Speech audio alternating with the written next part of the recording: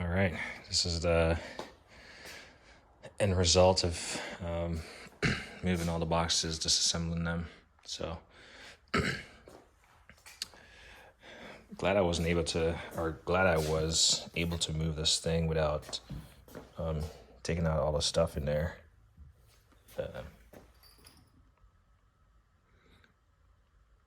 Trying to see if it has a weight on it.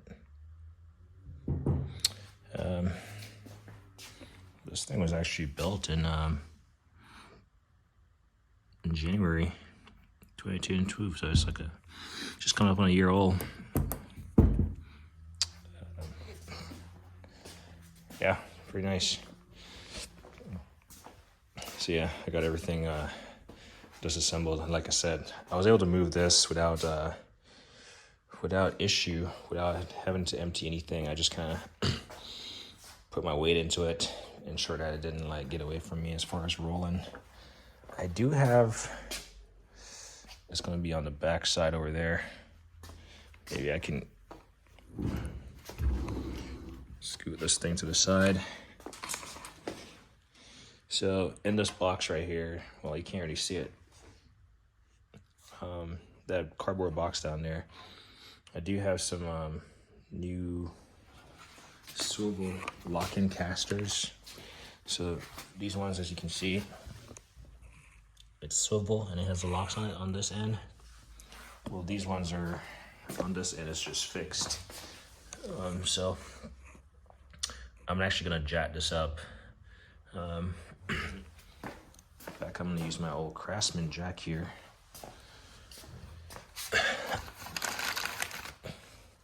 This thing just leaks, so that's why I have it in a piece of paper. Since this is the only jack that's accessible right now, because my that one is right there, and the next one is over there. This is the only one that's really accessible. But since I have this one here, it's 3 tons and I'm only lifting one end of it. I'm gonna get a block of wood and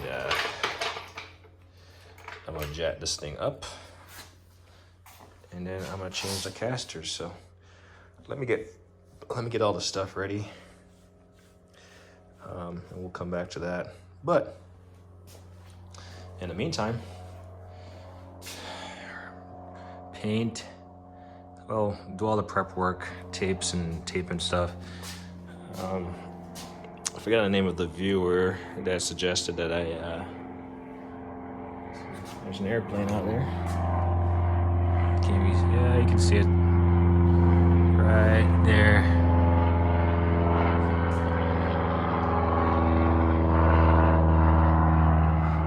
Yeah. There's a viewer that suggested that I build a door for this area. As you can see, it's in its own little closet, so it's not on the. It's in its own little closet. So yeah, having it closed off would be nice. But then I got this copper pipe right here. I got this overflow right here, and then I got this exhaust vent right here. So it's a little bit cumbersome to build a door. It wouldn't be a swinging door. It would just have to be a door that I can just drop in place. And still, I'll end up painting it inside of it because that would look janky. So it's almost like I would paint inside of it, go through the process of painting, as tedious as it's going to be. But then I would end up having to build an equally tedious door. So I'm not going to build a door. And plus, I want to be able to see if there's anything going on. If it's like malfunctioning, or I was also concerned about airflow, because that's why I'm pretty sure they have that one right there and that one right there, just so, I don't know, it's a fire in there, right? It's a gas line, combustion, igniter, whatever. So I like to keep it as efficient as possible, getting it as much oxygen, airflow to it as possible, so it just burns efficiently, I guess. I don't know, that's my thought process. But so that's why I'm not really going to build a door, partly because it's going to be cumbersome with those copper pipe, PVC and that piece of exhaust. So I won't build a door for it unless something else comes to mind, but thanks for the suggestion.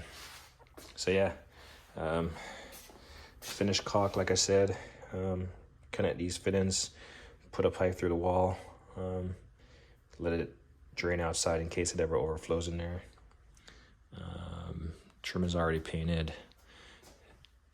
You know, tape that stuff off, at least around the edges, and then I'll just, whatever, hand brush around the corners, and then I'll caulk all the way. I was gonna put a piece of trim, but there's no water or anything. This floor slopes away outwards to the driveway, so I just end up caulking the entire edge of it just to create a seal. All the outlets in here, I believe this is a 20 amp. So this is my 20 amp plug, but when my box is up against it, it pretty much blocks it. So I want to, before I put my box here, I want to get an extension cord that has a 90-degree bend, and then I can, just a short enough extension to where I can use it with my lift, just so I don't have to get an electrician to come out to do another 20 amp circuit in here. Sure enough, if this thing trips, the GFCI, then it's going to be a beast. It's going to be impossible for me to get back here to reset it. So it's a one and done. So yeah, it would be nice if I had a more accessible GFCI. So I'll keep putting some thought into it, but I'm thinking like a 90-degree extension cord that's relatively short, so I don't lose much voltage, travel, or whatever capacity. The wall, I think they had a board or something here. Obviously, they just painted around it. Obviously, I kind of patched the wall, and that's why I saw like patched out and like whatever. Pretty sure that's the doorbell, whatever chime thing. Probably button up that cord a little bit better. And then keep doing that. And then kind of finish over here where I started. And then I'll get the door. I'll just paint around the door trim and do it like I did. Tape off the weather seal, just so I don't get this stuff painted up. And that will look nice. And I'll end up doing that side also with the just tape and paint in the trim eventually when I get space back there. And then lastly, it's just painting the ceiling, taking that light down and installing a new 8,000 watt light, and then I end up caulking that edge so I can finish painting it. I'll just put some plastics over. I got plenty of plastic. I'll just cover these toolboxes with plastic because naturally you're gonna have paint splatter, and just cover all this stuff. Basically, I shouldn't be passing. All I need to paint is from on this side, left side of this beam, back to the back wall. So yeah, once I have the prep work done, it actually should go by pretty fast since this is just a plain old vanilla wall. Once I do the prep work, it should go by pretty fast. So I should have this thing up and running in no time. Then I'll kind of sweep and mop one last time because I won't see this work for a long time. And yeah, should be great.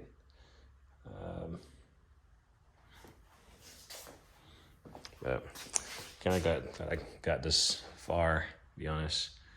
Started over there, worked my way over there, worked my way over there. See a little areas where I could touch up, get better, but this is a garage. I need to move on. Can't spend forever on it. Perfection is almost never going to be a thing. So it's going to be pretty solid though. I know it looks like there's a lot of mess in here. And there is just a lot of large pieces, but obviously my lift is going to be there. Engine stand, that drill press is going to go right here. So it's on a roll-in platform. You can see the platform I have it on. It's going to go right here in front of the water heater. So it's going to be really accessible. Get that thing out of the way real quick and boom, water heater is accessible and I don't lose out on a space. and then all the smaller stuff are gonna go. They're just gonna find their own little cubby hole in places to live, and we'll get that. This is all the Icon push handles and everything. Every one of these pieces come with like a push handle, and then I bought those extra kits. This is the main plug for the Icon. So this is what I'm saying. I want like a plug like this. So when I plug it in, it stays flush to the wall. That's gonna give me maximum amount of space. So I'll end up plugging in my Icon in the back here. So it has 2 spots. Got one right here, one down there. So I'll end up plugging it in. And if this GFCI trips, that's where I'm gonna be in a world of hurt as far as like being able to reset it, because it's the box is gonna be here. So this is, yeah. So make sure I get that in place before I, in fact, just so I don't forget, maybe I'll just put it up here or something. I don't know. I won't forget. It's not needed. But thing for today, at least for the next step, is to go grab those casters, those solo casters. I should be able to jack this stuff up. Yeah, it has a piece of, yeah, it has a main beam on the center here. So I'll be able to jack it up in the center on this side. Those wheels down there are locking, so it shouldn't really roll away on me. And then I'll be able to use my ratchets to get these off real quick. I'll also end up putting a piece of build it up with some 2x4 underneath, just so if the jack fails, it doesn't come down on my hand. And I'll be able to take these out with comfort, undo these, get the next ones in, and then actually I'll be able to slide this closer.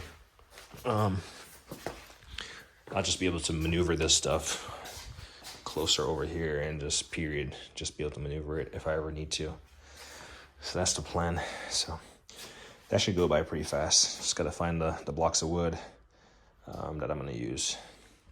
But yeah, that's the plan. I might end up doing some prep work, cleaning up the edge right here, caulking it. That's probably what I end up doing. I'll caulk the edge right here because it takes a little bit for the caulk to dry, especially because the temperature is cold. So I'll end up caulking the edge today, actually, just so that can start drying. And when that's dry, that means I can start painting this portion of the wall, even if I had to do, additional like touch-up stuff and prep work. Just a little bit of motivation to see your fruition, your work come into fruition. So what else is there? Am I missing anything else? How's the floor holding up so far with all this heavy equipment in here? I noticed there was like a spot down here where it's like a lot of like little nicks. I think it's this one. Yeah. There's like some nicks and stuff right here. But I forgot what I was doing right here. But yeah, there's some nicks right here. And even the feet of this engine crane doesn't really nick it up too much. So yeah, we'll end up sealing the floor, at least the center portion here where I work on, and we'll be driving over most of the time. So we'll end up doing that. I'm not, like I said, the edges I'm not too concerned about because they're going to be covered up with tools and equipment that just remain stationary. You notice a tile difference. When I was tiling, one thing I didn't do was I didn't really mix my tile. I just kind of grabbed the box and went. So I feel like it's kind of dark. Or maybe it's just a door. It might be just a bit of the door right there as far as the shade. But yeah, coming along nicely. Just like that wall was ugly and whatever, and eventually it started looking that nice. That's how this wall is gonna look. So one last look at how this crappy wall looks. Yeah, I think they had like a pegboard right here or something, and I kind of ripped it out. I'm not sure if I'm gonna put a TV above the door. That's just, I don't really watch TV, so it's kind of waste. Unless I can get my YouTube feed up there or something, that would be awesome. That's typically what I watch. Toolbox tours and anything interesting on YouTube. So I might get a TV just for that purpose, and I can have YouTube up there playing, especially when I'm working in the garage. If I'm watching a video and trying to figure out, a DIY item, I can have that big screen going and tap into it. And then lastly, that I'll eventually do with this garage is paint those tracks, the garage door tracks. But I gotta figure out the garage door first, the opener. That's after this garage is done, that's gonna be one of the things I do. I have placed an order for the opener, all the wires, pretty much everything that connects with the wire to the door opener. I've placed an order for it because I think I nicked the wire. It's just kind of unfortunate. And then I think I'm going to use the little, so I actually didn't show it to you, but let's see if I can make my way over there. It's pretty tight here.